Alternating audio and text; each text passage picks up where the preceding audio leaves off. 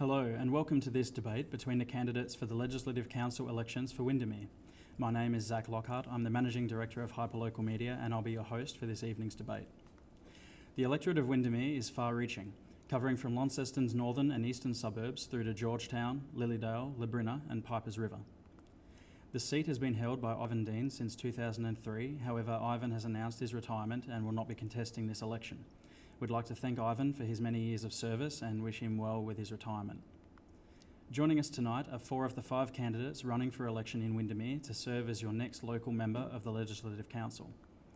The candidates present tonight are Liberal candidate Nick Duigan, Labor candidate Jeff Lyons, Independent candidate Will Smith and Independent candidate Rob Soward. We do have an apology from Independent candidate Vivian Gale, who said that although she would love to have participated, she is currently undergoing shoulder surgery. She did, however, wish that we encourage anyone with questions for her to visit her Facebook page, where she will do her best to answer them. The format for tonight's debate will begin with opening statements and then a series of questions both from members of the electorate and from our editorial team, followed by a closing statement from each candidate. In an effort to ensure fairness tonight, the questions were provided to the candidates in advance so they could be prepared to give full and complete answers.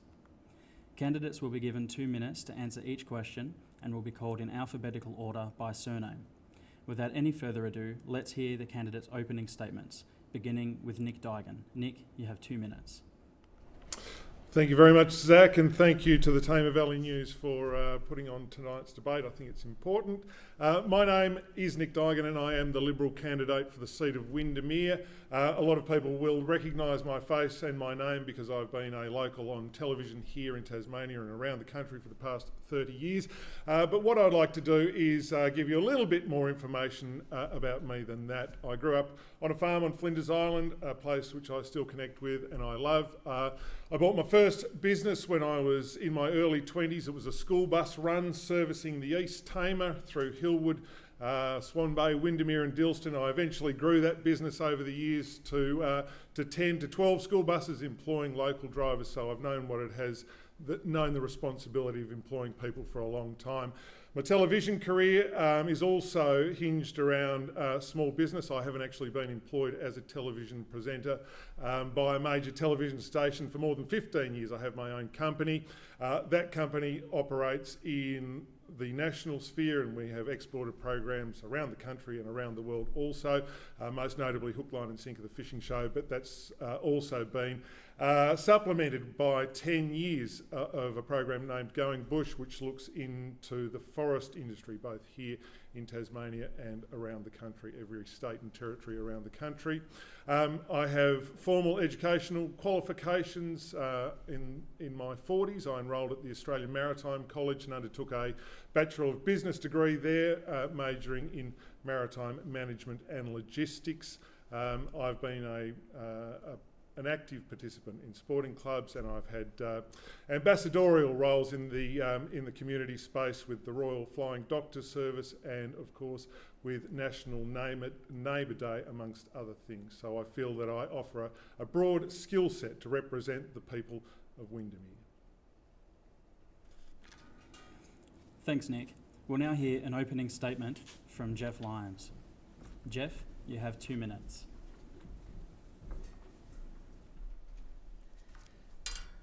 Hi there, I'm not used to so many lights upon me, but my name is Jeff Lyons. I'm a candidate for Windermere and I am married and have 2 daughters and 3 daughters, sorry. I've lived most of my life in Launceston. I started out as a court clerk in the court in Launceston. I went on to become a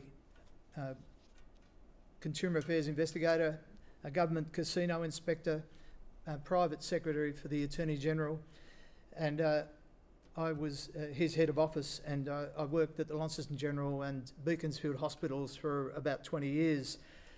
I was appointed a JP and the Commissioner of the Supreme Court in 1982. I've been a volunteer with many organisations, many aged care facilities, from 1985 to 2012. Many people would know me through my sporting things, and I've been obviously involved in surf lifesaving for 51 years as a patrolling member. I was in federal parliament, and I've been on the Westheimer Council for 5 years. In federal parliament, I was chair of the Procedures Committee, a member of the Health and Ageing Committee, a member of Agriculture, Resources, Forestry, Fisheries and Forestries, a member of the Privilege and Members' Interest Committee, and I was formerly on the Speakers panel for the House of Representatives, and I was chair of Labor's Economics Committee. I was also chair of the Procedures Committee of the Federal Parliament. My clubs, I'm a life member of Surf Lifesaving Australia, and I still actively do patrols for surf lifesaving, and I want the job. Thanks, Jeff. Our next candidate we'll be hearing from is Will Smith. Will, you have 2 minutes for your opening statement. Thank you, Zach. I just also want to pay tribute to Tamar Valley News for putting on this debate. For those of you who haven't met me, my name is Will Smith, and I'm running as your independent candidate for the upcoming Windermere election. My background is in policing. I've been a police officer for the better half of almost 10 years. My background in policing falls through, obviously, with uniform work starting out. I've worked in a country posting, followed through into work with drug investigation services. I've worked as a prosecutor in our courts, and more recently, over the last few years, working as a tactical operator in our special operations group. Outside of my career with policing, I run and function an organisation that I founded here in Tasmania that delivers leadership programs not only here in Tasmania, across Australia and in some parts of the world as well. We work closely with at-risk and vulnerable youth, and also at-risk and vulnerable people across the state. That work, not only here in Tasmania, but some work I've done in the Middle East as well, has resulted in me being recognised in the Australian of the Year Awards, and more recently receiving a Human Rights Award. I was approached by the sitting member Ivan Dean approximately 8 weeks ago, who asked me to run for this seat. He didn't want to step down unless he found someone that he thought would fill his very big shoes. I have taken up his endorsement to run for this seat because I'm genuinely passionate about being able to represent the people of Windermere. And I hope that you resonate with that. I hope that you resonate that the House of Review, being the upper house, was intended for independent people, and I'm here to represent you as an independent person, and I'm extremely passionate about that. For the entire history of this seat of Windermere, we've always been represented by an independent person, and my core values and my core beliefs is someone that will represent you, all members of the electorate, with the utmost integrity. Thank you. Thanks, Will. Our next candidate is Rob Soward. We'll be hearing Rob Soward's opening statement. Rob, you have 2 minutes. Thank you, and I'd like to also acknowledge Tamar Valley News and also acknowledge my fellow candidates. I'd also like to wish Vivian well for her recovery. My name is Rob Soward and I'm 52 years old. I've lived in northern Tasmania all my life and worked extensively at different times in different roles throughout the electorate. I've held community leadership positions for over 25 years in a variety of capacities: an elected company director, a state business and industry relationship manager working with business on creation of jobs in the Windermere electorate, as well as working with unemployed people to help them get jobs. And for a significant part of that time, I worked as a senior teacher and most recently in that capacity, the assistant principal of Launceston College. I've had 11 and a half years as a councillor on the Launceston City Council, and as many of you would know, that's Tasmania's largest council. So the experiences I've gained over that time would enable me to serve the people of Windermere effectively as the next independent member. The upper house needs to be kept independent. One of the benefits of being independent is no matter who wins the election, an independent member can hold all of the political parties accountable for the promises that they make. I have 2 university degrees. I recognise that people learn differently, but having those qualifications have certainly helped me understand a lot more about the best way to do things, and combined with the extensive experiences I've had, have enabled me to be a proactive community member over that time. I pride myself on someone who helps anyone. I'm not a politician you just see every time there's an election, I'm always active, I'm always engaged, I'm always there to help. I'd also like to touch on the fact that currently I work in the health space, so health promotion is something that I understand, and I look forward to the rest of the debate. Thank you. Thanks, Rob. Our first question for tonight's debate: if elected, what are the most important issues that you hope to have an impact on, and how do you plan to do so? We will hear from the candidates again now in alphabetical order, beginning with Nick Dygan. Thanks very much, Zach. The day that I actually made my decision to stand, I was at Royal Park on the Tamar River watching a rowing regatta. One of my three daughters was actually participating in the race, and during the latter stages of the regatta, one of the kids had become stuck in a single scull, and as the tide went out, she became more and more stuck, and rescue boats were trying to get to her to pull her out of the mud. And the end of that story saw her, a very frightened young girl, having to crawl on her stomach 20 metres through the foul Tamar River mud to get to the rescue boat. And that was the thing that tipped me over the edge. And I think over and above all the other issues that are facing the electorate of Windermere, and there are many, the Tamar River is the one which, if I could, looking back at my potential political career, have had a positive impact on, then I would be satisfied with that. Now look, I understand that the Tamar is a very, very complex issue. We are about to get another report into the Tamar River. I'm thrilled that the Gutwin government has committed to some targeted dredging operations in the Yacht Basin area. I think the Tamar River is the absolute lifeblood of the city of Launceston. It's also enormously important to the electorate of Windermere, given it forms its western boundary. But in Launceston at the moment, if we bring people, if you take a visitor down to Seaport at the moment and it happens to be low tide, then it is it's something you have to make an excuse for, and I don't think we should have to be making excuses for the city and the place that we love. This is the place that I've chosen to raise my family. Windermere is the electorate in which I live, and the Tamar River is a hugely important part of that, and I think what we need is something that goes beyond the next term of government and the next term of government and the next term of government. We need a long-term plan for the Tamar River. Thanks, Nick. Our next candidate is Jeff Lyons. Jeff, if elected, what are the most important issues that you hope to have an impact on, and how do you plan to do so? I think I've already made an impact with my position on the Glendew pool. This is a thing that was closed by the state government, and I think along with others, but certainly my fighting for that pool has now got a promise out of the government to keep it open, which I think 6,000 kids every year need to learn to swim, and so I think I've already had some effect.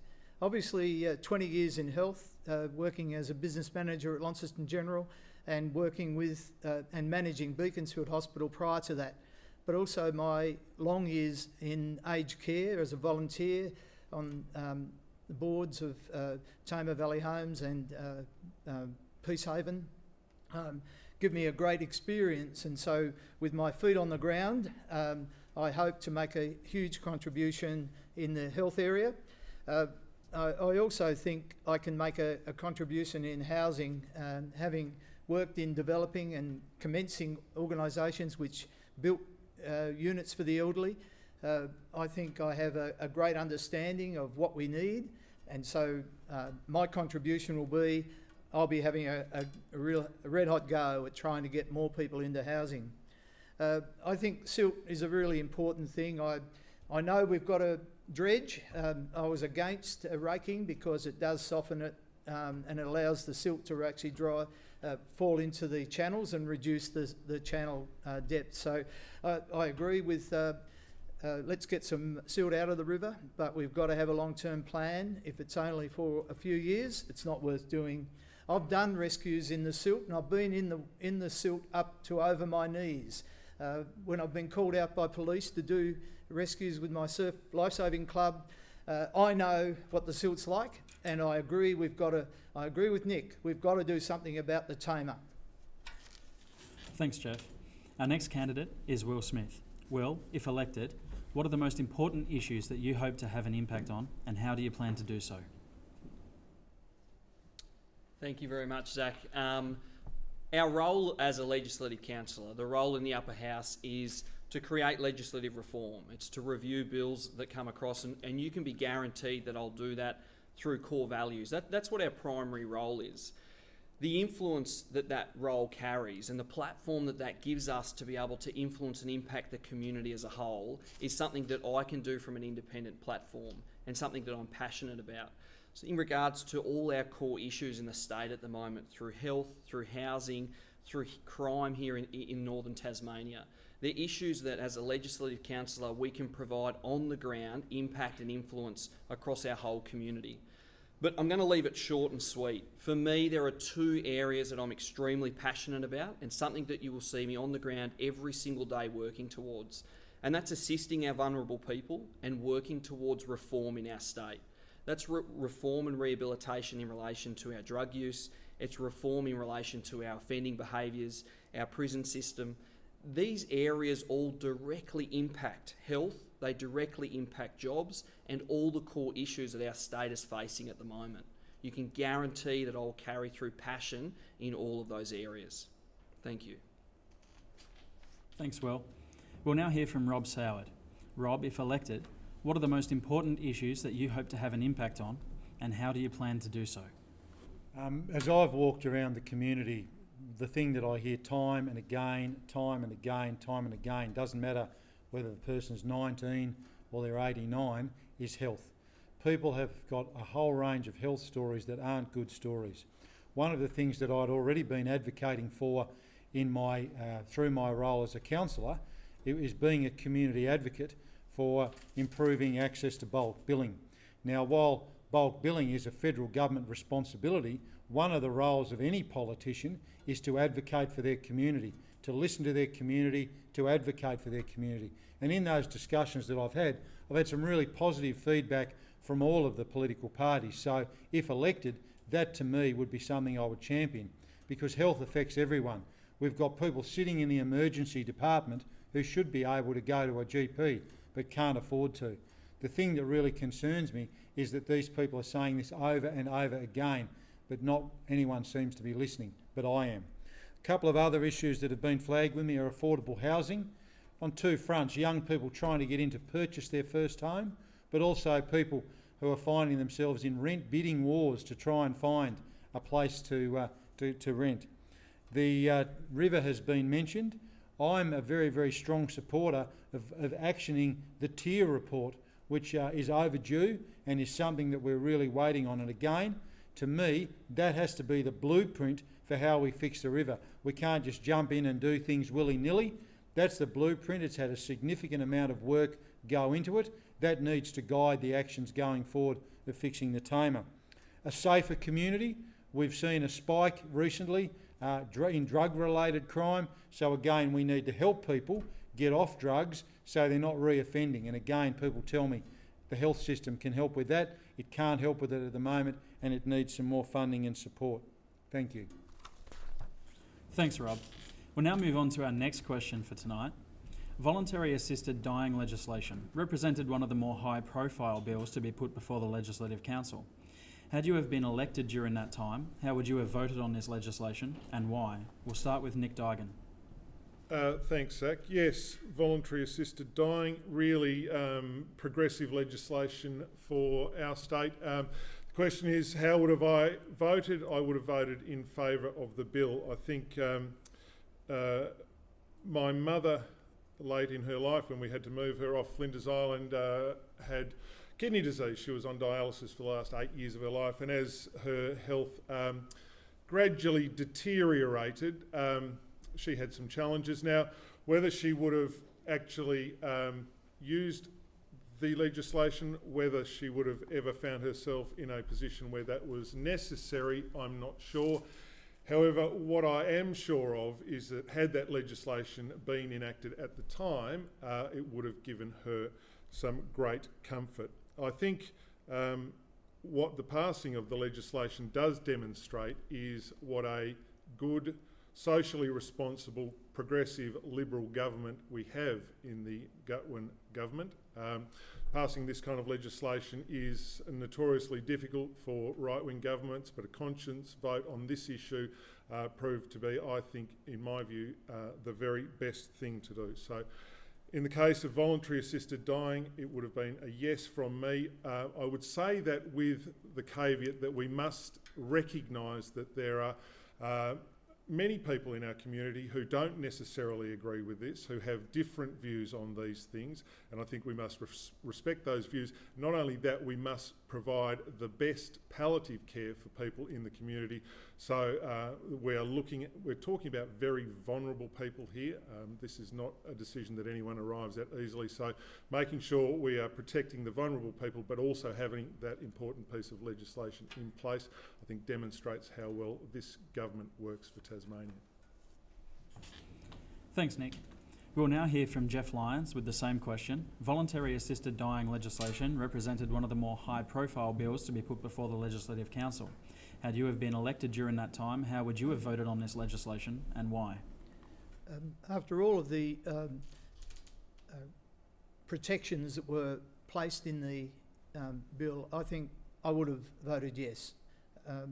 It's a really complex issue. I actually had this conversation with my father, and whilst he wasn't put in that situation, we did talk about what care he should receive if he had a heart attack at the end, or should he be taken to hospital. And the agreement we had was no, he didn't want all the pipes and all of the electronics and things that hospitals can do.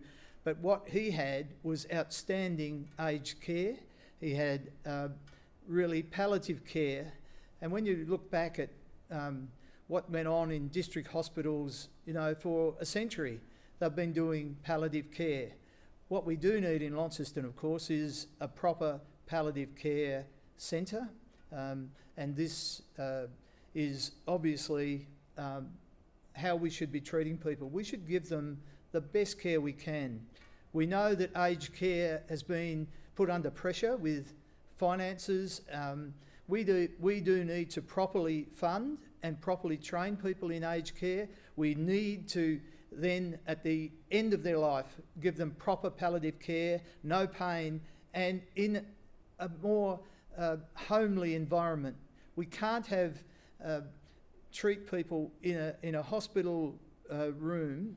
We shouldn't be treating them in a hospital room when they're in their last days. And really, the palliative care centre is where I would be. I would be trying to force the issue. I think I would support the assisted dying bill after all of the work that went on to that, and I thank Member Gaffney for his outstanding work with regard to this bill. Thanks, Jeff. Our next candidate is Will Smith, again with the same question. Voluntary assisted dying legislation represented one of the more high-profile bills to be put before the Legislative Council. Had you have been elected during that time, how would you have voted on this legislation and why? Thanks, Zach. Just to put it plain and simple, for me, I had a lot of concerns in relation to the initial legislation that came before Parliament. However, when the legislation was passed for the final time, the amount of amendments made in relation to the safeguards put in place made me comfortable, and I would encourage anyone who wasn't supportive of the initial legislation to read the final piece of legislation that has been passed, because the amount of amendments and safeguards put in place is something that added a lot of comfort to me. Would I have supported the legislation if I was a member of the Upper House? Yes, I would have. And I also want to encourage people to note that there was a large survey put out across the whole state in relation to that legislation, where more than 80% of people were supportive of the legislation. And as an independent member vying for the seat of Windermere, we represent the people, and that's it. So with that survey put in place as well, there was a lot of comfort there for me answering the question in support of that legislation. Thank you. Thanks, Will. Up next, we have Rob Soward with the same question again.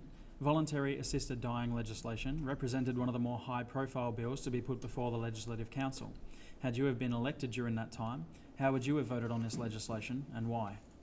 Thanks very much. And I want to just preface my answer by saying that when you're a politician, it's not something that you just make a decision on the day.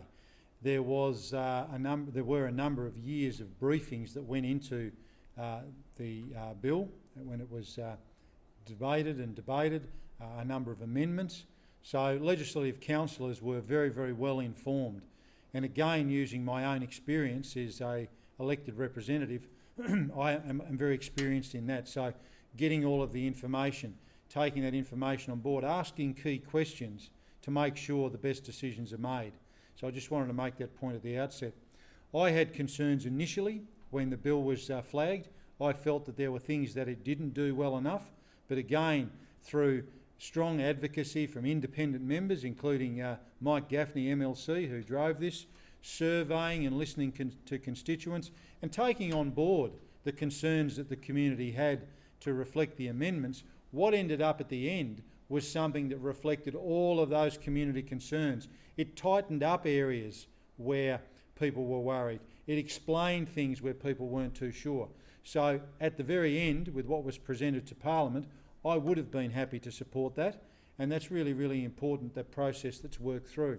From a personal viewpoint, having lost my mother 25 years ago to a terminal illness, having a father who has had 2 heart attacks and 2 strokes, we've had these conversations as a family. So again, I bring that insight to this legislation as well. Often people don't have experiences, and I'm glad that they don't, of having to deal with an ill family member. But the work that went into that piece of legislation, the surveying, the listening to constituents, the medical advice, the professional advice, the independent advocacy from independent members of Parliament meant that what was passed by Parliament was the best legislation. Thank you. Thanks, Rob. Our third question tonight is regarding a group of Windermere residents who are currently going through a battle to appeal a planning decision for the building of a new recycling facility. What are your views on planning and land use legislation, and do you think the current appeals process is adequate? We'll start with Nick Dygan. Thanks, Zach. So yes, I understand this one. I have been out in and amongst the people of Windermere, walking the streets, talking to people, and this is one that's on plenty of people's minds. As you mentioned, Zach, this is about a new recycling facility which is being proposed for the end of Churchill Park Drive, and originally the council knocked it back.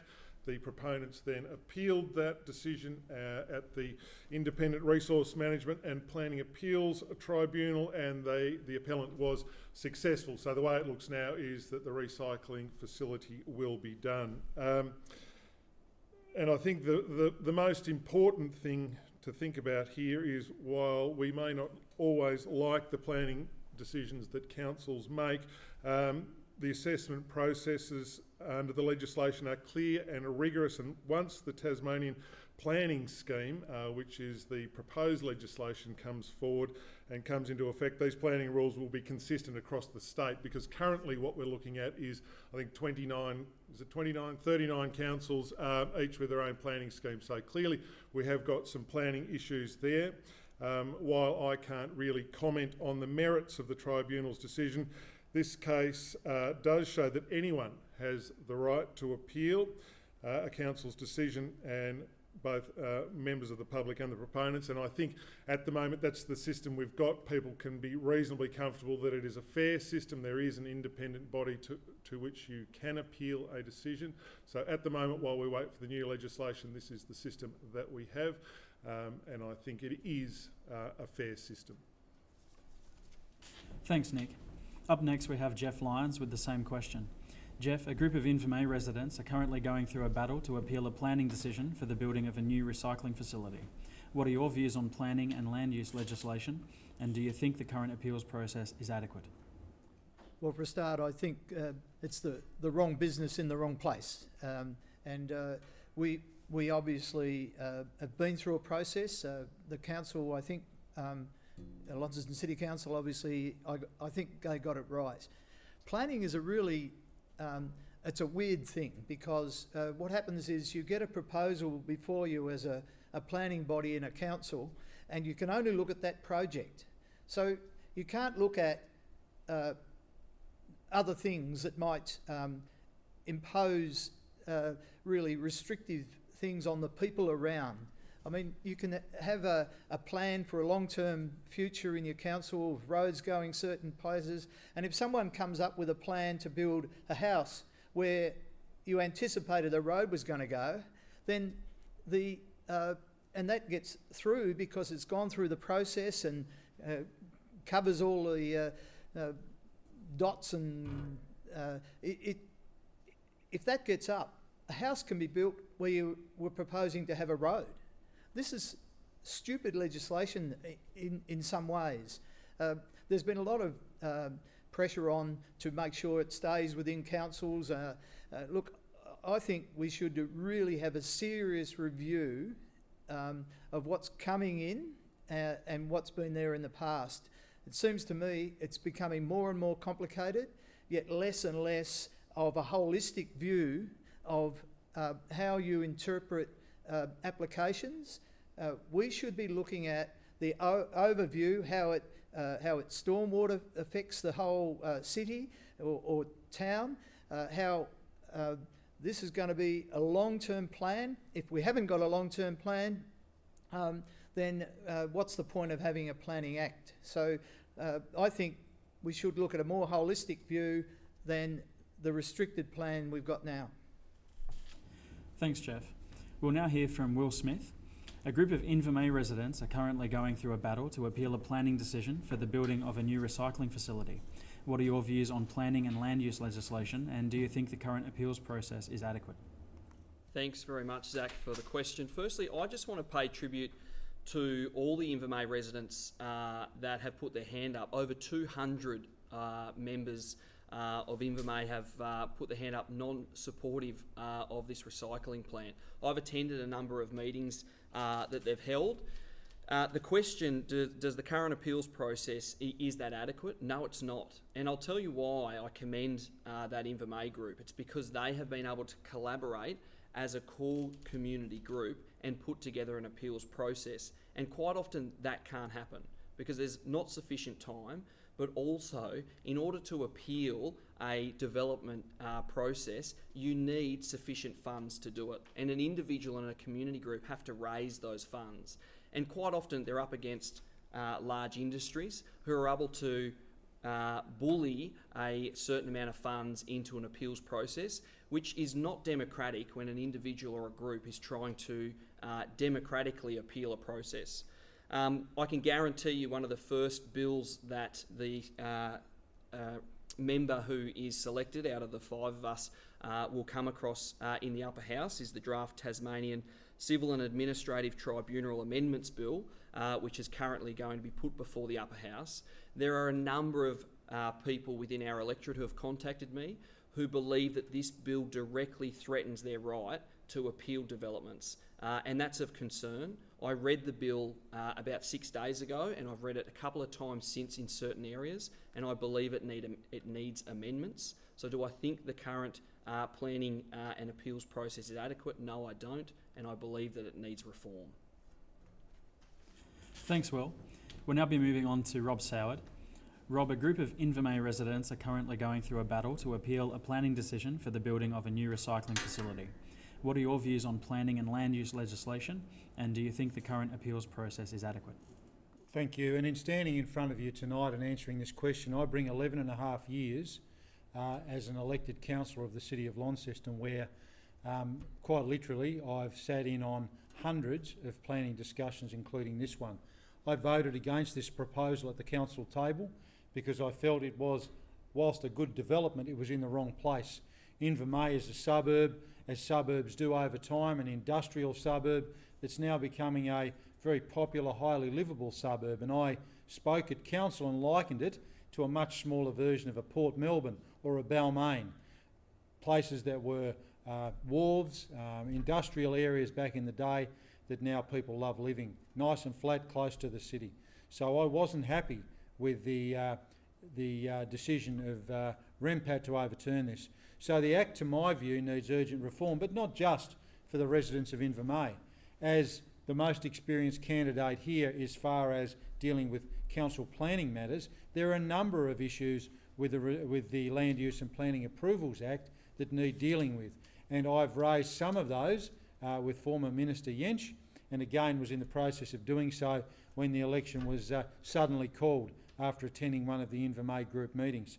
One of the other things that comes through, not just with the Windermere area, but we see multi-unit developments in new subdivisions. So families move into an area, they buy a block to build their dream family home. There are 15 allotments, 14 brand new homes. Someone buys the 15th block and wants to build 10 units on it. So it changes the character of the neighbourhood. The Land Use and Planning Approvals Act needs work, and again, with the experience that I have as a long-serving councillor that's had to deal with the practical fallout of the Act, I will definitely be a strong advocate for planning reform and look forward to acting in that capacity on behalf of the people of Windermere if elected. Thank you. Thanks, Rob. We'll now be moving on to our fourth question this evening. Ivan Dean previously introduced the T21 bill to amend the Public Health Act to increase the legal purchasing age for tobacco products from 18 to 21. While the bill was defeated, would you have supported it if you were elected at the time? Nick Duigan, we'll start with you. Zach, can I firstly say that I think that anything we do that reduces smoking rates in Tasmania, whatever the age group might be, is a good thing and should be looked at very, very carefully. I have 3 teenage daughters all entering this space where smoking and the effects of smoking and the value of smoking is being examined, so it's very pertinent to me. Regarding this legislation, my understanding is that the bill was fairly soundly rejected in the upper house, sort of on the margins of 12 to 3 or thereabouts. A lot of the members didn't support it. I'd be happy to consider any future sort of legislation in this space on its merits, but ultimately one that focuses on the age of smokers appears to be difficult on the basis that it creates some confusion. If you imagine, for example, you live in Queensland where it is legal for you to buy cigarettes and you're 18 years old and you travel to Tasmania and suddenly you find you can't buy cigarettes when you're 18 years old, or you can't buy them till you're 21, that creates problems. The other issue I think that people had a problem with this bill was the fact that it wasn't illegal to smoke cigarettes from the age of 18, it was merely illegal to purchase them. So this bill, while I really embrace what it was trying to do, I think somehow and in some ways missed the mark of what was appropriate to legislate, and in fact the bill didn't get it up to the committee stage. So this wouldn't have been one that I would have been able to vote for.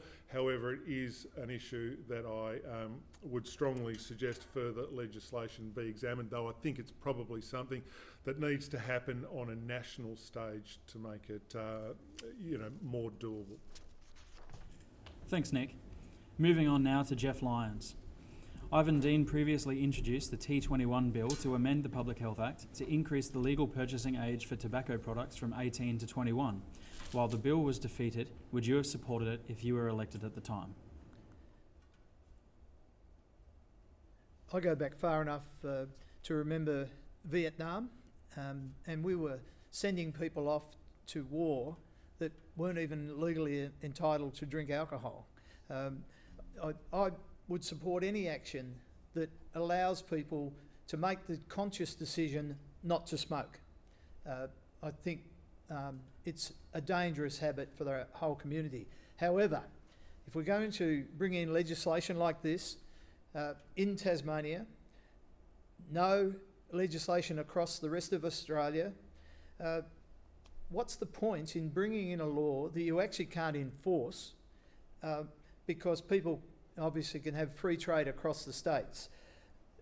I believe we should try and encourage people not to smoke, to reduce their amount of alcohol they drink, and I think we should have laws that are enforceable and they should be across Australia.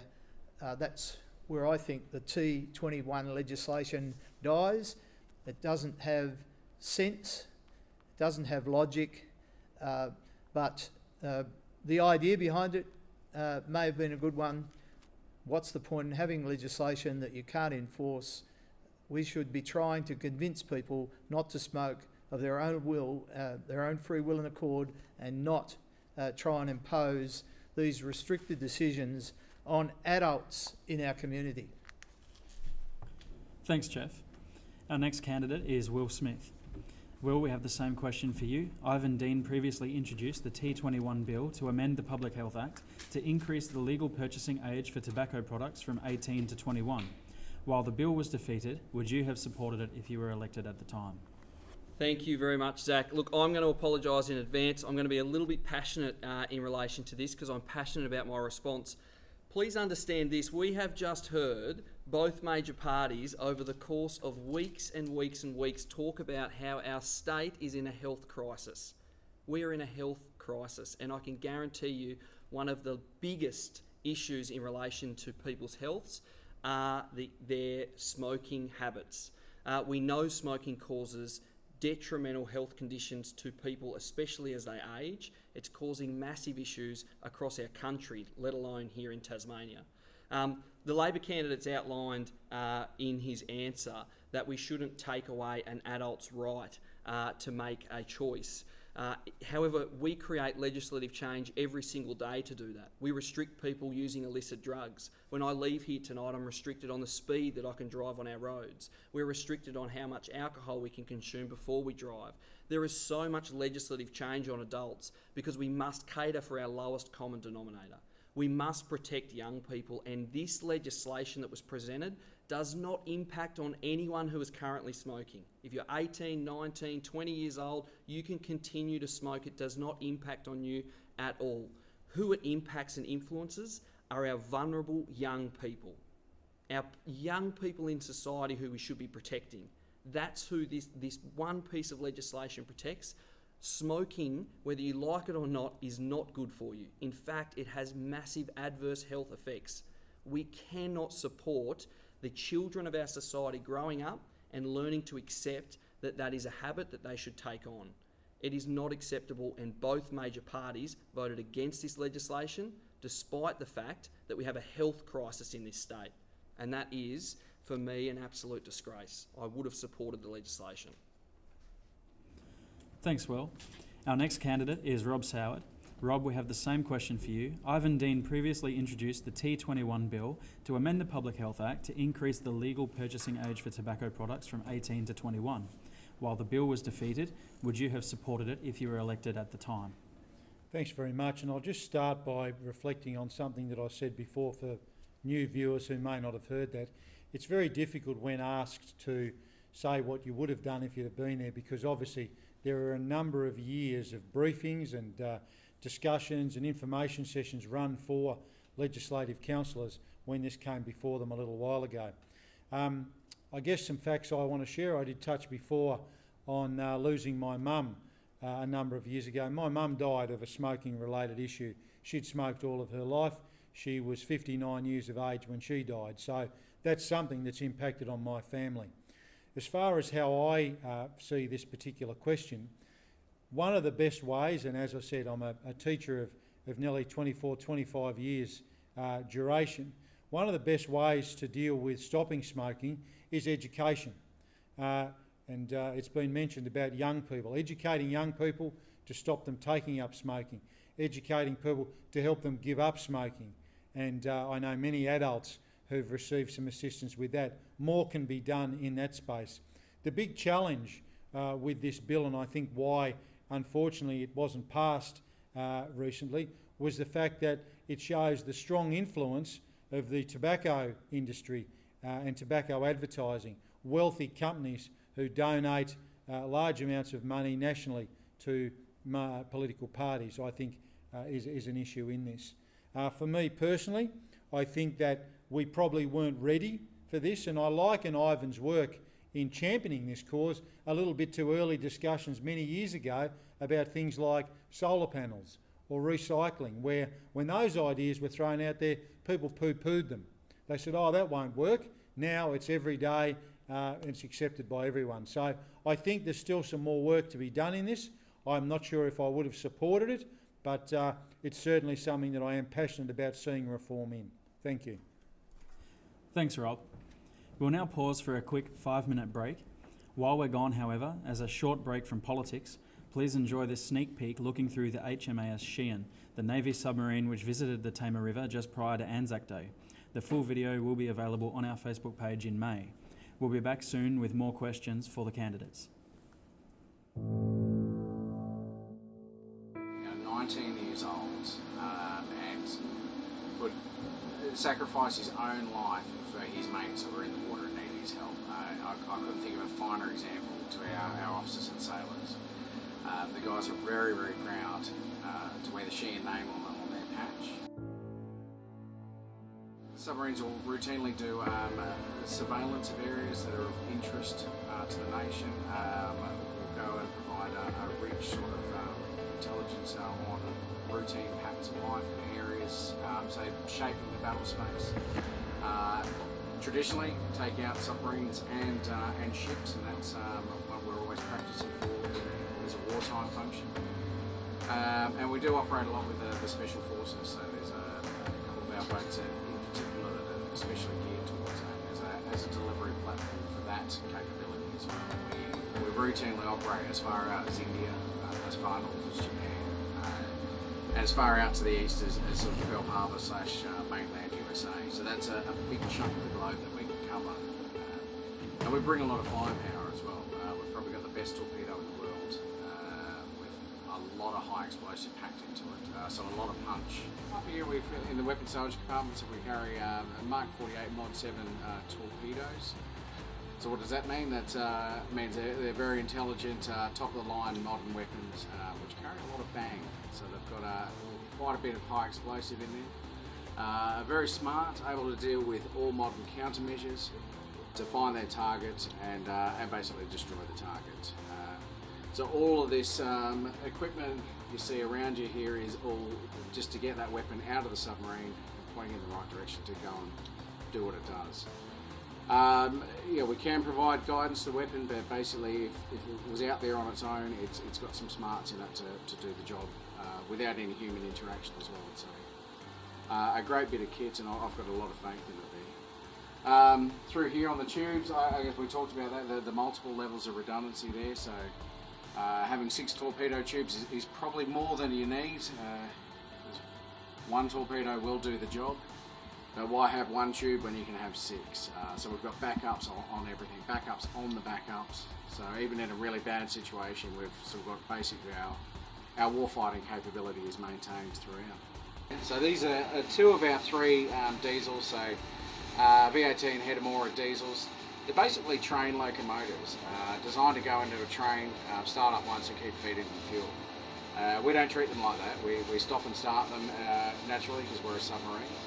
But the power generation is amazing. To give you an idea of how much power we're talking about, in 1973, the precursor to this submarine, the Oberon class, one of those plugged into Darwin and was the power station for Darwin until they could get things up and running after Cyclone Tracy. I'd hazard a guess we're probably about 3 times that amount of power generation. So Darwin's grown a little bit, but I'd say if we plugged into Hobart, we'd probably charge everyone's mobile phones quite comfortably.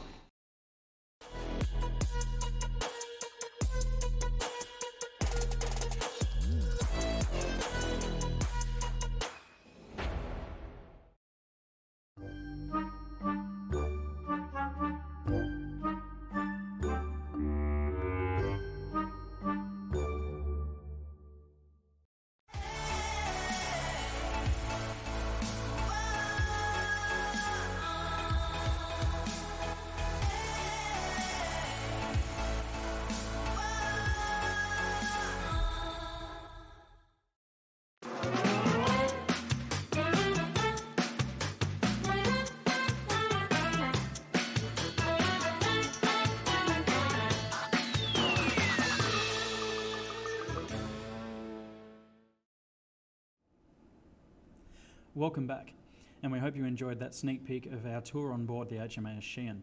You can see the full video, which will be posted next month, along with an article in Tamar Valley News. Back to the debate now with our next question. The right to peaceful protest is one of the key elements to our democracy. However, problems arise when protesters interfere with the safety of workplaces. How do you view the current bill on protesters, and how would you vote on this matter if elected? We'll hear first from Nick Duigan. Thank you, Zach. Let me first say I wholly endorse and will vigorously defend people's right to peacefully and lawfully protest. I think, you know, this is a nation that absolutely underpins our democracy, and the dissenting voice is one that should always be present in our society. I think that's so terribly disappointing, or so terribly important. I was disappointed, however, when this bill failed to pass the upper house.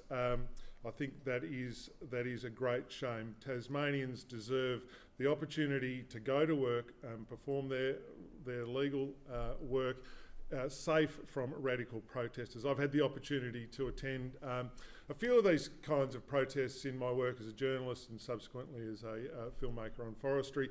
And what comes across to me is the fact that these protests are quite intimidatory in their nature. Often the protesters are looking to elicit a response from the people trying to go about their work.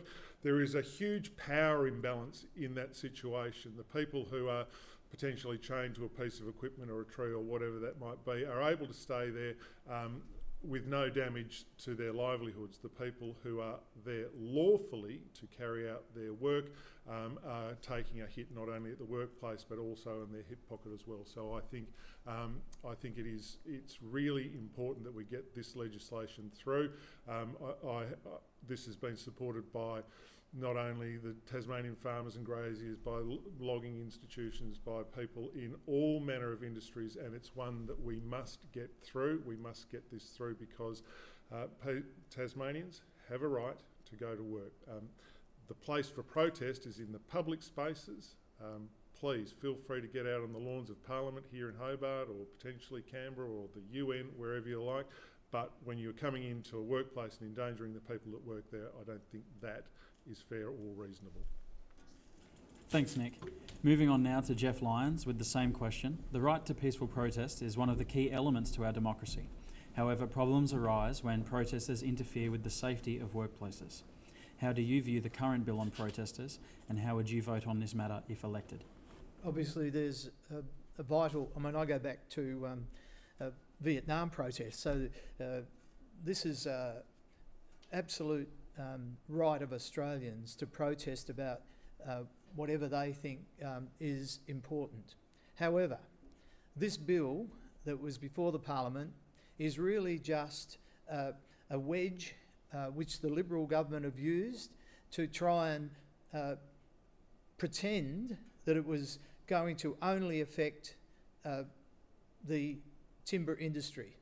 This is absolute rubbish, and the legislation which Labor, the bill which Labor had put forward, would have taken all of that argument out of the situation. We would have had workplaces that are free of this intimidation that's going on.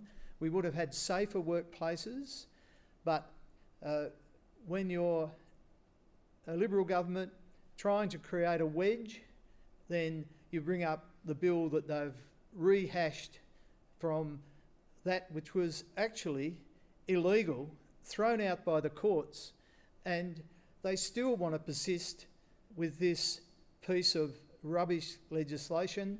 We need to have peaceful protests, but we also need to be sensible about how we can make those peaceful and safe workplaces work. Thanks, Jeff. We'll now move on to Will Smith. Will, we have the same question for you. The right to peaceful protest is one of the key elements to our democracy. However, problems arise when protesters interfere with the safety of workplaces. How do you view the current bill on protesters, and how would you vote on this matter if elected? Thanks very much, Zach. Look, I've actually been a police officer and policed the previous legislation. I've been in forests. In fact, I've been injured removing protesters from some of the forests here in Tasmania. I think the legislation that was recently presented is quite specific to that type of protesting. It's quite specific to that type of industry. Does there need to be legislative reform in relation to protesting laws here in Tasmania? Yes, I do. I do believe that. And the reason I believe that is because we must protect workers and we must protect workplaces. And at the moment, protesters are impeding on workplaces. And what I've seen firsthand is that is unsafe. It's unsafe for the protesters, it's unsafe for the workers, but it's also unsafe for our emergency service personnel that are responding to this from our front line to remove the protesters, taking a massive, considerable amount of time. Would I have supported the legislation that was brought before the upper house recently? I don't think I'd be far off it, but no, I wouldn't have. I would have supported it with some amendments. I recently heard a nurse from the LGH speak, and she said that if she wanted to protest within her workplace in relation to things that were occurring that she did not agree with or she thought were undemocratic, that legislation would have prevented her from doing that. So whilst I think the legislation was good because we must protect workplaces, we must get protesters out of unsafe situations, I think it had flow-on effects to other workplaces that were unintended. So I think overarching, I wouldn't have supported the legislation. However, I would have supported it with some amendments made. Thanks, Zach. Thanks, Will. Moving on now to Rob Soward. Rob, the right to peaceful protest is one of the key elements to our democracy. However, problems arise when protesters interfere with the safety of workplaces. How do you view the current bill on protesters, and how would you vote on this matter if elected? Thanks very much, Zach. And again, as I said before with my previous answers, the amount of briefings that would have gone into preparing that piece of legislation would have been very, very useful for me to make a decision. The balance is something that's really, really important with this type of legislation. So, for instance, I'd be the first person, I'll put my hand up and say I've participated in peaceful protests. I have participated in marches, for instance, to help increase funding for students with disabilities in schools. I've, again, participated in marches and peaceful demonstration to get more resources for schools and those sorts of things. Peaceful, sensible protests are really important. But the challenge, Zach, as we know, is that sometimes when people protest, they put themselves and others at danger. I had a friend of mine whose partner was injured in a shop in Melbourne when animal protesters burst into the shop, jumped the counter because they were protesting a particular type of cosmetic brand. I mean, that's not on. We've seen instances in Tasmania where people have illegally broken into workplaces, chained themselves up to trucks and machinery, again preventing people from being able to do their work. So it's about the balance. Peaceful protest, absolutely. There are other ways also of getting your point across. All of us here as candidates, members of Parliament, we want to hear from people, we want to help people, but breaking the law to do that and endangering your own life as well as the lives of people doing illegal work in their employment isn't on as far as I'm concerned. I think this particular bill needs more work. I think it has some good points to it, but we need to get that balance right. So people like Will mentioned and others should have the right to peacefully protest. We don't want people denied that right. And as an independent member, I will fight for that to get the best legislation. Thank you. Thanks, Rob. Our next question tonight is about health. Health is a key issue for the electorate of Windermere and indeed the entire state of Tasmania. If elected, what will you do to improve the health system within the constraints of the Legislative Council? We'll begin with Nick Dygan. Thanks, Zach. Yes, it's been very instructive for me over the past 2 months to be travelling around the electorate of Windermere and knocking on people's doors and listening to the issues that affect them. And there is no doubt a lot of people are talking about health. It's making the news a lot. And it is one of the key areas that people want to see progress on. What I would say to the electors of Windermere is if when Liberal government is returned in majority, and if indeed I happen to represent them in the electorate of Windermere, then this is a great opportunity for them to have a real conversation about health, a real conduit to the Minister for Health, a real opportunity to have their health concerns communicated directly to the government, and this is something that can't be offered by an independent member. So I would reinforce that.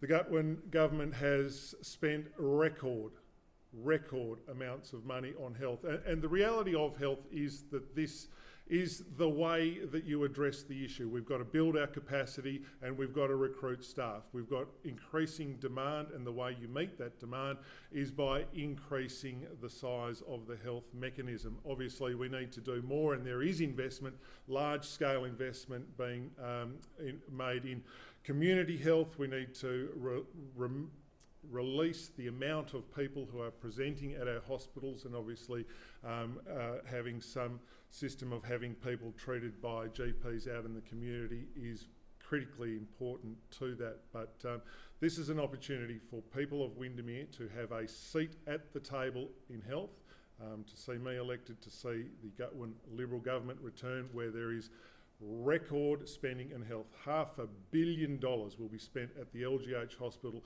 in the coming 10 years. This is a massive, unprecedented spend on health. Thanks, Nick.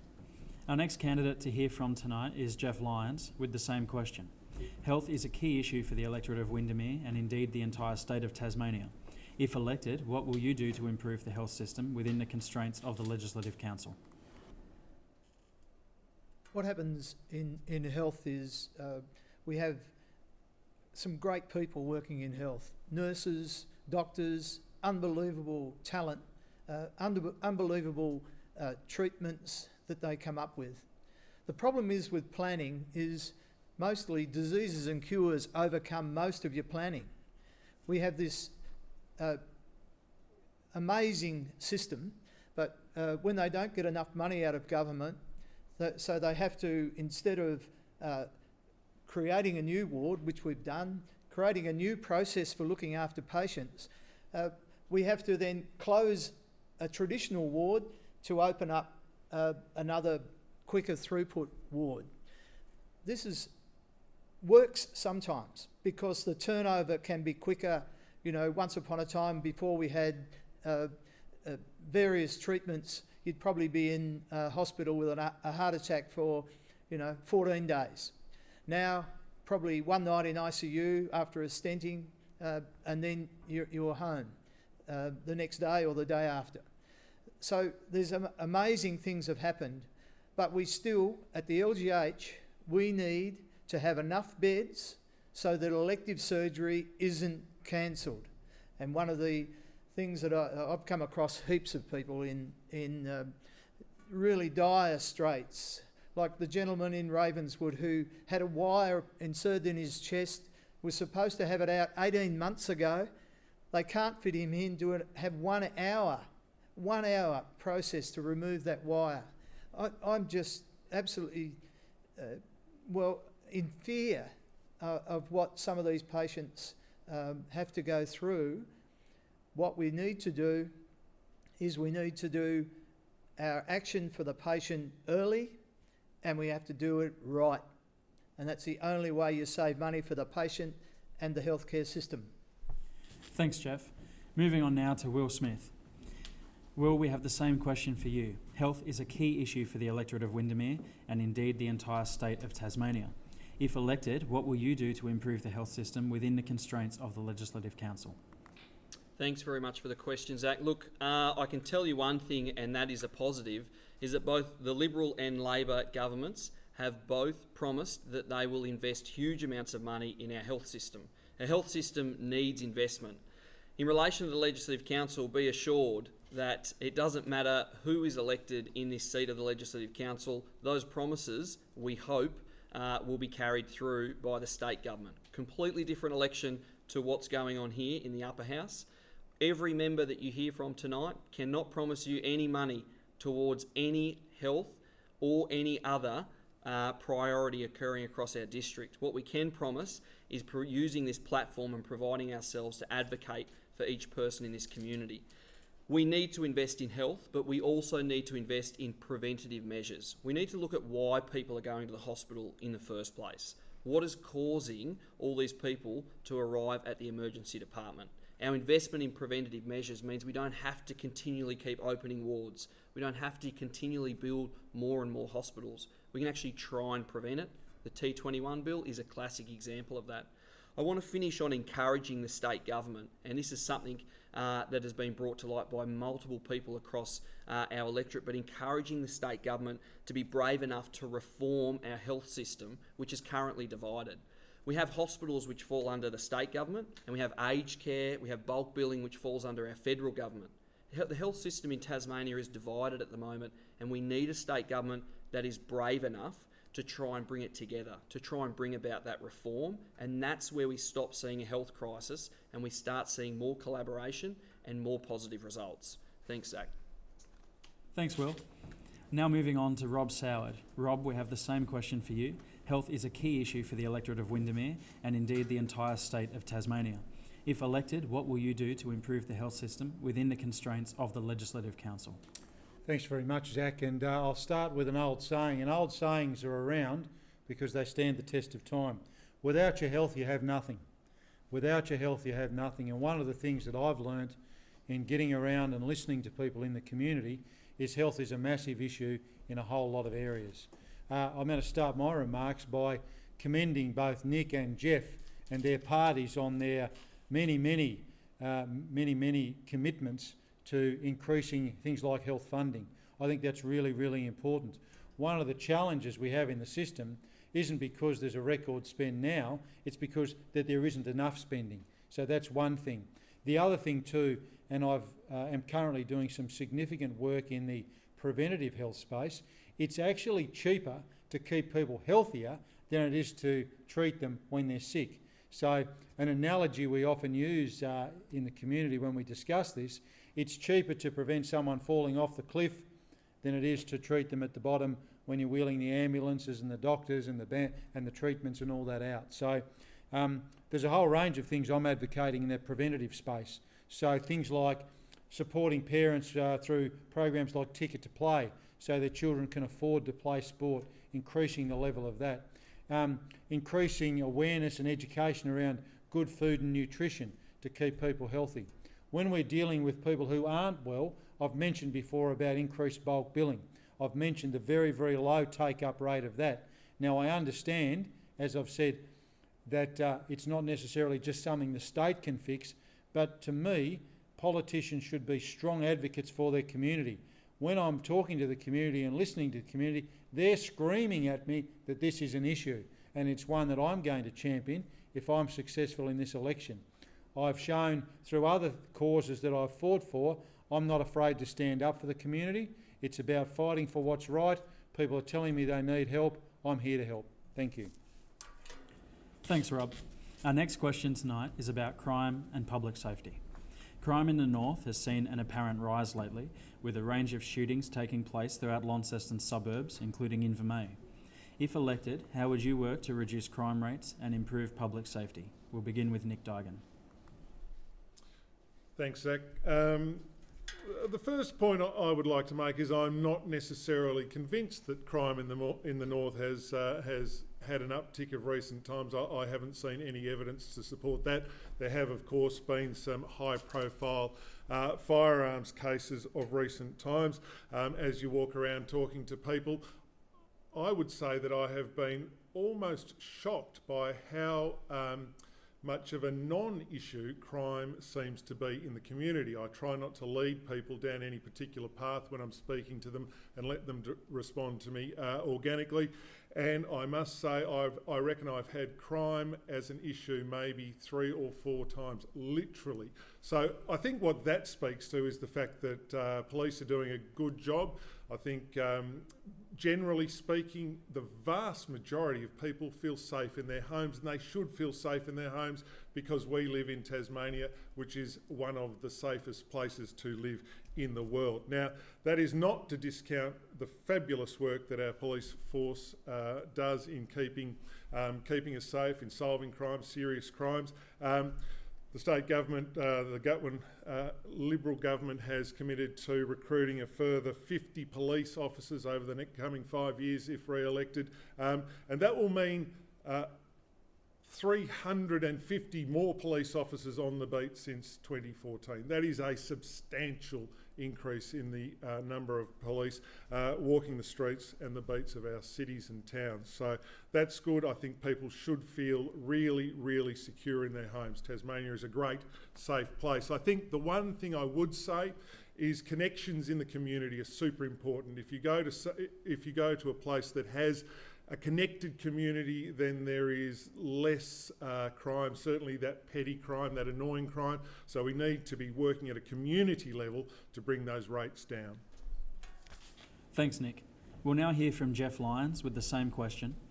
Crime in the north has seen an apparent rise lately, with a range of shootings taking place throughout Launceston's suburbs, including Windermere. If elected, how would you work to reduce crime rates and improve public safety?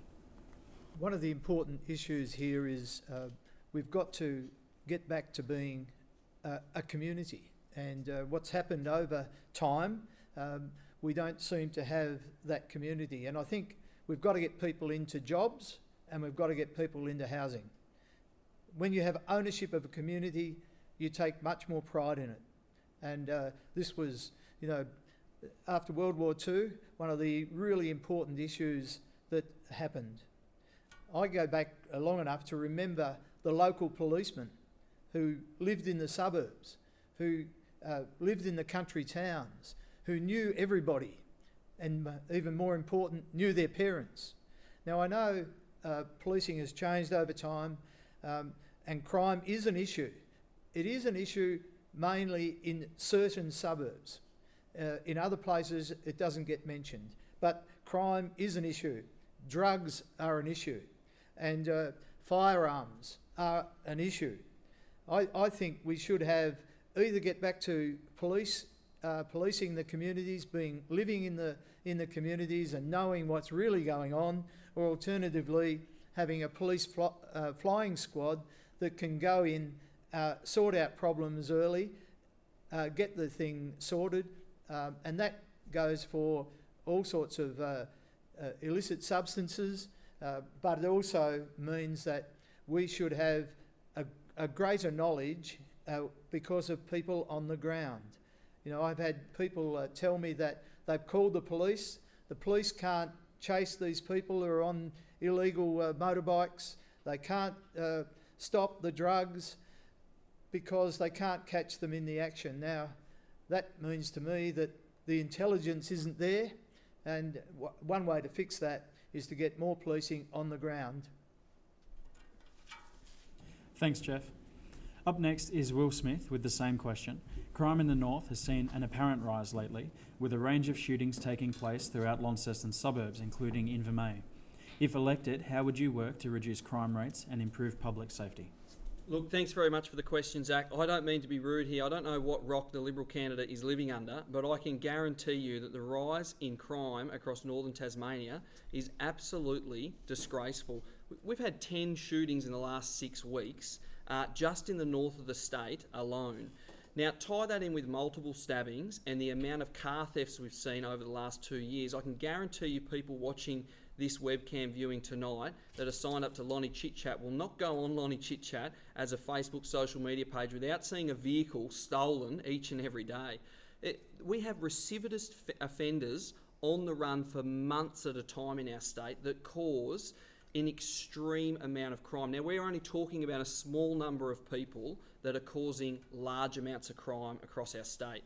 We are the only state in the country, including the 2 territories, that does not have a full-time response capability in our state. The Liberal government made a commitment that we would have a full-time response capability with statewide coverage at the last election. Do we have it? No, we don't. They've now made a commitment that we will have that group by 2024. Are we supposed to leave people within our suburbs, within our communities, without this group until 2024 while our recidivist offenders continue to run amok on our streets? It is not good enough and it is not acceptable. We need that group by the end of this year. Neither major party has made a commitment. There is no promise being made in relation to any crime-related issues in this whole election. And yet in the north of the state, we're expected to sit in our homes, to sit in our communities and watch recidivist offenders run an absolute muck. It's not acceptable. The major parties need to make a commitment in relation to this. They need to make a commitment to have a full-time response capability with statewide coverage by the end of this year. It's 30 members, the money's in the budget, it's ready to go. Thanks, Will. We now have Rob Soward. Rob, we have the same question for you. Crime in the north has seen an apparent rise lately, with a range of shootings taking place throughout Launceston suburbs, including Invermere. If elected, how would you work to reduce crime rates and improve public safety? Yeah, thanks. I think that I take the view that Tasmania Police are very highly trained professional people, and with the amount of training and work that goes into preparing them to be very, very good police officers, it's really important that they're used for what they're trained for. Now, if I go back a step, I was a very, very strong advocate on getting police out of courts. You might remember that police officers had to attend court to provide security in Launceston.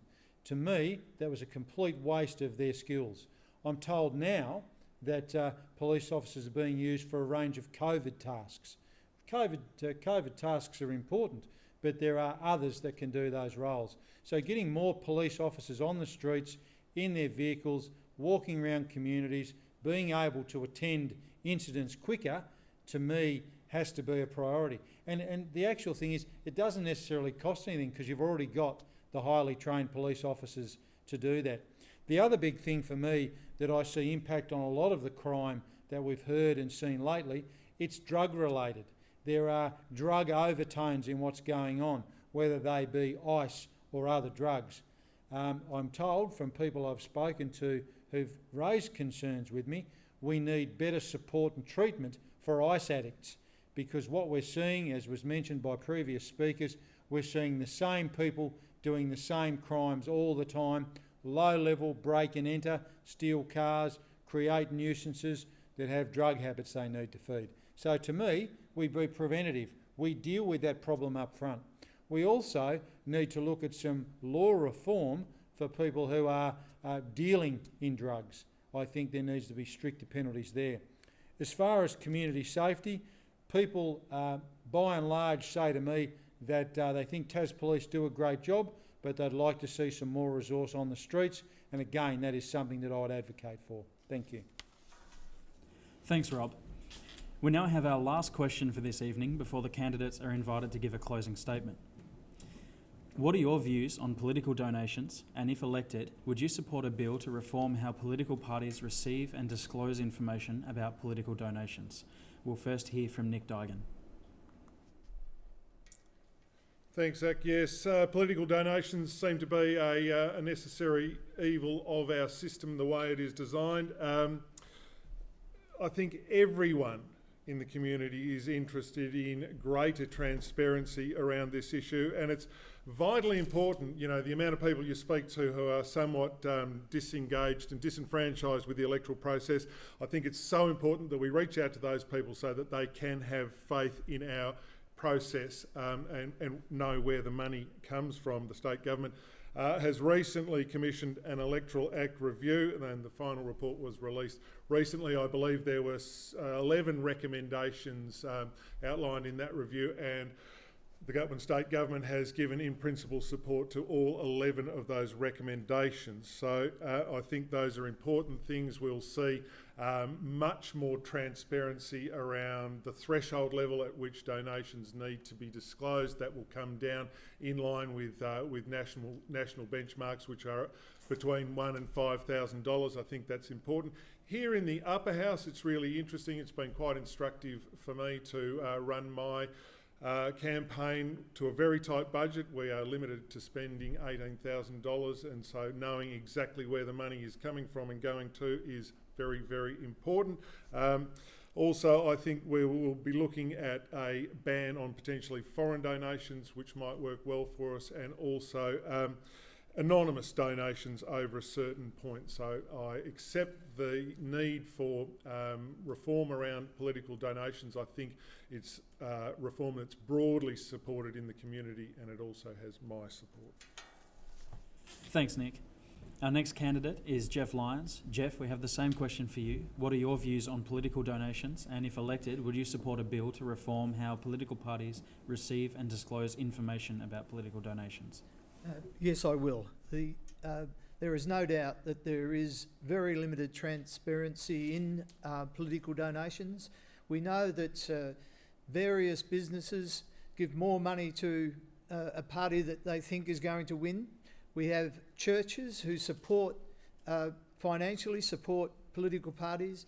We have hotel owners who come out and run a campaign of their own, which distorts the political process, in my view, because of unlimited dollars. Now, we know that there have been foreign donations, foreign governments have supported various candidates and people in Parliament. This should not happen. I believe we should absolutely make this much more transparent, and we should enforce the rules that we currently have. I'm just amazed at the amount of money that various organisations, churches as well as businesses, contribute to various political parties. You've only got to look around the streets of Launceston now and see where political signs are. We're supposed to have only one sign in each residence. The most I've seen is 7. I'd like to know who funds all of those things. We have 18,000 we can spend. If we can raise that amount of money, most of my money is put in by me. And I think every dollar that goes into a political party or an independent should be registered as soon as it hits your bank account. All of your accounts should be paid through one account, and that all should be immediately disclosed so that we know exactly where the money comes from, who pays it, and what it buys for you. Thanks, Jeff. We'll now hear from Will Smith. Will, what are your views on political donations? And if elected, would you support a bill to reform how political parties receive and disclose information about political donations? Thanks, Zach. I'm fully supportive of what the Labor candidate's just said. In fact, I am looking forward to hearing him say that in his party room. For me, my campaign is 100% funded by me. As a police officer, when you're out on the street and you're working in uniform, you actually get benefits that some businesses will offer you, and the encouragement is that you don't take those benefits. I'll give you an example: half-price McDonald's across the state. If you're in uniform, you can walk into McDonald's and you can get it for half price as an encouragement to support police coming in to a high-traffic area. However, it puts you in an unethical position if you then are to pull over the McDonald's manager for an offence he may commit out on the road. And the same applies here in the political world. I'd like to know how many pieces of legislation have been influenced or impacted because of political donations. Every single political donation made should be at the forefront and known to every single person within our community, because it affects every single person in our community. We reform, we create, we pass bills and laws that specifically impact you in the community. So we should know who's influencing that. We should know these people who are creating the laws and passing it. We should know who's funding them to be in the position that they're at. It is imperative that we have reform. So Zach, just to answer your question, do I support a bill to reform how political parties receive and disclose information about political donations? Yes, I do, 100%. It's a straightforward answer, and you'll see that vote follow through when I'm in the upper house. So it's just an absolute guarantee. Thanks, Will. Our next candidate is Rob Soward. Rob, what are your views on political donations? And if elected, would you support a bill to reform how political parties receive and disclose information about political donations? Thanks very much, Zach, and it's a very timely question because I was asked this question a couple of days ago, and I'm going to start with the answer that I gave in that forum. For my campaign, there is an $18,000 limit. I've received and accepted 0 donations from the fish farm industry, 0 donations from the tobacco industry, 0 donations from the gambling industry, 0 donations from national or overseas interest groups. 100% of my campaign is funded from my savings. So that's how serious I am about this particular issue. And as other candidates have very correctly mentioned, for individuals we have an $18,000 cap. But sadly, major political parties in other parts of the state, in other parts of the country, in their national offices, accept donations from all sorts of people. Now again, I like to think I'm a pretty common sense sort of fellow. No one is ever going to convince me that an organisation or a group will give hundreds of thousands or millions of dollars for a political party out of the goodness of their heart. No one is ever going to convince me of that. They want something for that money, and we've seen that. Unfortunately, in the lead up to this election, I was very excited that there was going to be some donation reform. But because the election got called early and called on the same day as our election, that wasn't possible. I'm actually, in answering your question, Zach, I can say that I wholeheartedly support donation reform, but I'm going to go even further. If I'm elected as the next independent member for Windermere, an electorate that's been independent for 114 years, not only will I support reform, I will be championing it. I will be at the forefront. One of the first things I do if elected is leading the charge to see some reform in this. People need to know how political parties are funded, and they need to know where that money's coming from and what's expected for it. Thank you. Thanks, Rob. We'll now move to hearing closing statements from each candidate. Each candidate will be given 2 minutes to make their closing statement.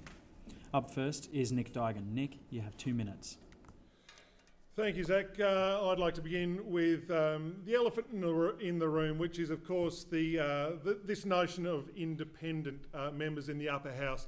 We saw 6 months ago Janie Finlay run very, very passionately on this notion that she was a champion of independence and that she would not be bought for fear or favour in the upper house. Well, 6 months down the track, guess what? Janie Finlay is running as a fully paid up member of the Labor Party, and I'd be very interested to know who's funding her campaign. It should also be known that both independents in our debate tonight are, as recently as earlier this year, both members of the Labor Party. So it's all very well to talk about independence and have these high-minded ideals. What the upper house needs to be is functional.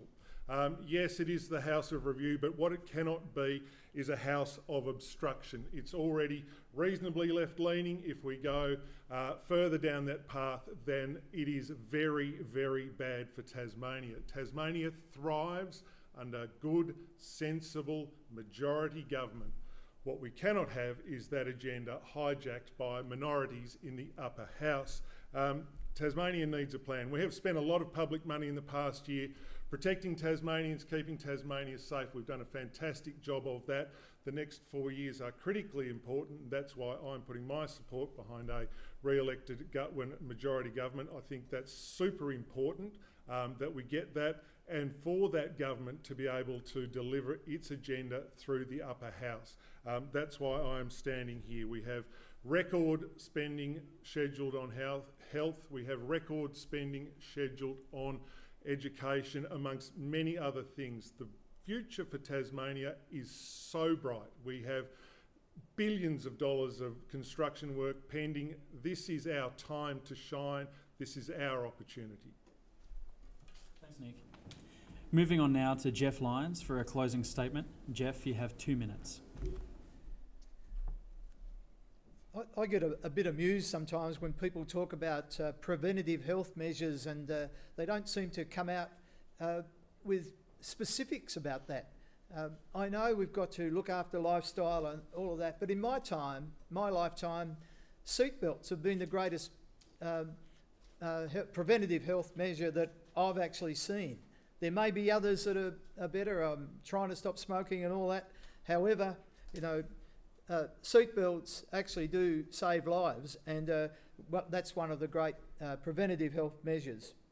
I like to say that the Gutwein government has followed health advice to the letter, and I think all the premiers around Australia have done a great job because they've taken the health advice.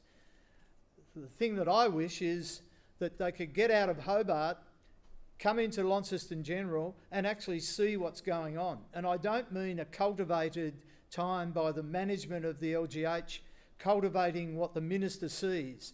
I mean, get in there, hands on, have a look at really what's going on. If you take advice for COVID, you take medical advice. Why don't you take the medical advice about our hospitals? Look, we can't have people who can't afford to see doctors. I go back to before the Whitlam government, when people were being sued because they couldn't get to a doctor without paying. Then the warrants of execution had come, you go and take their TV and try and sell their TV on them. Look, people now are at home trying to live on $100 a week. Let's do something about getting that throughput at the LGH back to where it should be, and I believe where it will be in the future with a Labor government and me in the Legislative Council. Thanks, Jeff. We'll now hear from Will Smith for a closing statement. Will, you have 2 minutes. Thank you, Zach. I just want to take this opportunity to thank all the people in Windermere over the last 6 to 7 weeks who have provided me the opportunity to meet with you, speak with you, those who have invited me inside your homes, that have spoken to me on the phone. I am actually very, very grateful. You've opened my eyes up to this electorate, and I've been able to step into and provide some assistance to some of you already, and I hope to provide that assistance moving forward as well. My name is Will Smith, and I'm asking for your #1 vote on Saturday in 3 days' time. The reason I'm asking for your vote is because I am an independent person. I've been a member of both the Liberal and Labor parties, and I've held those positions for a short period of time because I'm interested in how politics affects the everyday average person. I have values that align with both the Liberal and Labor sides of politics, but my values don't 100% align with either party. And that makes me a perfect independent person. This seat has always, for its history, been held by an independent person. And I must implore you to keep it that way. I'm endorsed by the current sitting member who's been in the seat for 18 years. He sought me out and he wanted me to stand. And with his endorsement, I said yes. I have history in legislation through my role as a prosecutor. I have history in community development through my organisation that I founded, and I have experience in being able to get things done. I encourage you on Saturday to vote independent, and I encourage you to vote 1 for Will Smith. And if I don't get elected, want to just use this as an opportunity to say thank you to everyone in the electorate for providing me the opportunity to interact with you. Thanks, Zach. Thanks, Will. Finally, we have Rob Soward for his closing statement. Rob, you have 2 minutes. Thanks very much, Zach, and I'd like to just start my remarks by thanking all the candidates. To actually nominate and run a campaign reflects great credit on all of them because they're obviously people that care about their community. The reason I'm asking people to give me their #1 vote on Saturday is the main reason is really simple, and that is that in any job, experience is something that you just can't buy. It's something that is developed over time and through lots and lots of hard work. So I'll share an example with you that I shared with someone the other day. If I was getting my car repaired, I would take it to an experienced qualified mechanic. If my pet dog got ill, I'd take him to an experienced qualified vet. Politics is the same. You need people who are qualified and experienced to be able to represent you to the best ability that you deserve. The key thing with this type of role is there isn't any period where you've got 6 months on the job to learn it. It's job on from day one, and we've heard from all candidates tonight many instances of where they've talked to people that need a hand. They've been out meeting with groups that have got a problem. Well, again, I'm the only candidate who has the experience developed over a significant period of time to be effective from day one and advocate for you. The other thing that I would say, to me, it's important to get the job done. Politics isn't about who is the most popular or who is has the best ad on the television or on the internet. Politics is about being able to get things done. If it was about being popular, and that was what was important to me, rather than being effective, I'd sell ice cream because everyone likes ice cream. We need politicians who aren't afraid to stand up, who aren't afraid to advocate for their community, and who aren't afraid to fight to get things done for people, to be able to help them make some improvement in their lives. Thank you, and I ask please for your number one vote on Saturday. Thank you.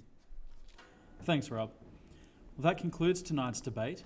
We'd like to thank you for watching and extend a thank you to the candidates for participating and coming along and answering these questions. The election is being held this Saturday, and we hope that tonight's debate has helped the many undecided voters throughout the electorate to make an informed decision. Please keep an eye out in your local newsagent for our next edition of Tamar Valley News. Inside will be an article on HMAS Sheehan, as well as the announcement of our local Legend of the Month, our new initiative to give recognition to someone in the Tamar Valley each month for the contributions that they make to their community. You can find more details on our website at tamarvalleynews.com.au. Thanks again for watching. We'll see you next time.